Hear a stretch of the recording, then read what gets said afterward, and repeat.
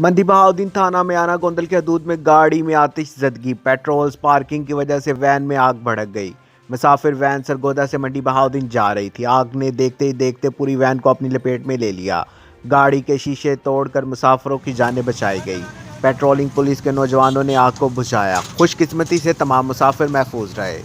तफसीलात के मुताबिक थाना में आना गोंदल के हदूद में गाड़ी में आतिशज़दगी, पेट्रोल पार्किंग की वजह से वैन में आग भड़क गई। मौजाना तौर पर तमाम मुसाफिर महफूज रहे। मंडी बहाउद्दीन थाना में आना गोंदल के हदूद में गाड़ी में आतिशज़दगी, पेट्रोल पार्किंग की वजह से वैन में आग भड़क गई।